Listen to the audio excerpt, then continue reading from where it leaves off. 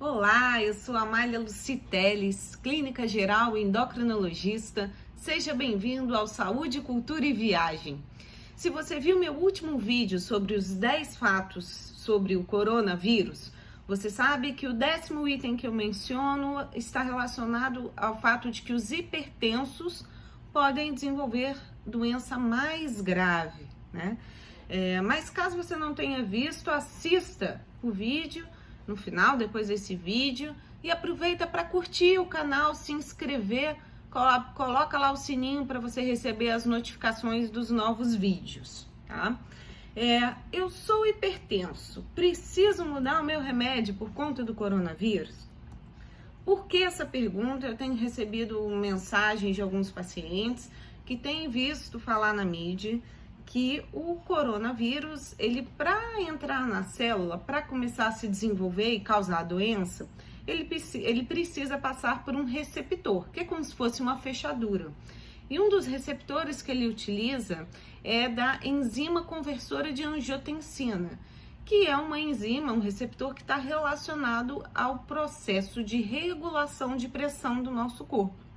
E o medicamento mais utilizado no mundo para controle de pressão age especificamente nesse receptor, nessa via metabólica. E o que acontece? Quando nós usamos um medicamento que inibe a ação dessa enzima, um reflexo da célula é produzir mais receptores, né? Então, se eu bloqueio uma fechadura, a célula fala, o que está acontecendo? Ela vai e libera mais fechaduras para ver se a enzima consegue atuar. E, com isso, acaba havendo mais fissuras, mais portas de entrada para o vírus, né? Então, questiona-se, será que a gente deve banir ou trocar a medicação para pressão? E quais são os medicamentos que são dessa classe? São captopril, ramipril, enalapril. Antes de tomarmos uma decisão tão drástica, é preciso pesar os benefícios e os malefícios. E a propósito, eu queria trazer aqui para você uma curiosidade. Essa molécula que tem no captopril e nos similares, ela foi descoberta por um farmacologista brasileiro, Sérgio Henrique Ferreira, nos anos 60. E aí, com os estudos, na década de 70, conseguiu-se desenvolver um medicamento para controle de pressão. Esse farmacologista observou em jararacas, né, que as pessoas que tinham picada de jararaca tinham uma queda de pressão. E aí ele foi estudar, descobriu o porquê e acabou descobrindo aí esse sistema da enzima conversora de angiotensina, né? E o que nós sabemos? Aqui no Brasil, segundo os dados da Vigitel, né, aquela pesquisa telefônica que saiu em 2018, 1/4 dos adultos brasileiros são hipertensos. Então, gente, imagina aí quantos hipertensos, né? Se você parar para pensar, quantas pessoas que têm pressão alta você conhece, né? Imagina o caos que seria se a gente começasse a recomendar, né? Ou pedir para as pessoas irem no consultório para a gente mudar os medicamentos de pressão. Então, a Sociedade Brasileira de Cardiologia, no dia 13 de março, soltou um posicionamento relacionado a isso, que nós devemos avaliar pacientes que têm comorbidade com diabetes ou DPOC, muito idosos, ou seja, que acumulam fatores de risco. Você pode até temporariamente avaliar a modificação, tá? Porém, até o Departamento de Hipertensão da Sociedade, considerando as dezenas de benefícios, eu ia ficar aqui uns 10 minutos falando para vocês, são muitos benefícios desses medicamentos, protege os rins, também pode ser utilizado em pacientes diabéticos para proteger os rins, tem muitos benefícios. Chegou-se à conclusão que não há evidência suficiente que recomende para a substituição desse medicamento no momento, tá? Então, não é para você entrar em pânico por causa do seu remédio de pressão, tá?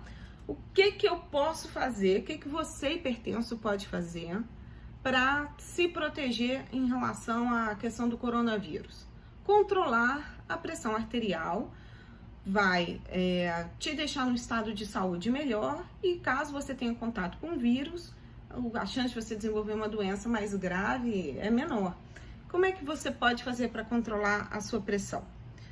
Uma das coisas, né? Você pode utilizar um sal com outros minerais, por exemplo, um sal rosa, que não tenha só cloreto e sódio, como é o sal comum de cozinha que nós utilizamos, tá? Utilizar alimentos ricos em magnésio. O magnésio ajuda a baixar a pressão. Quais alimentos são ricos em magnésio? Espinafre, semente de girassol, aveia também, tá? Então, você tendo um bom controle da pressão, você ajuda a controlar o que a gente chama de inflamação oculta, que os hipertensos também têm.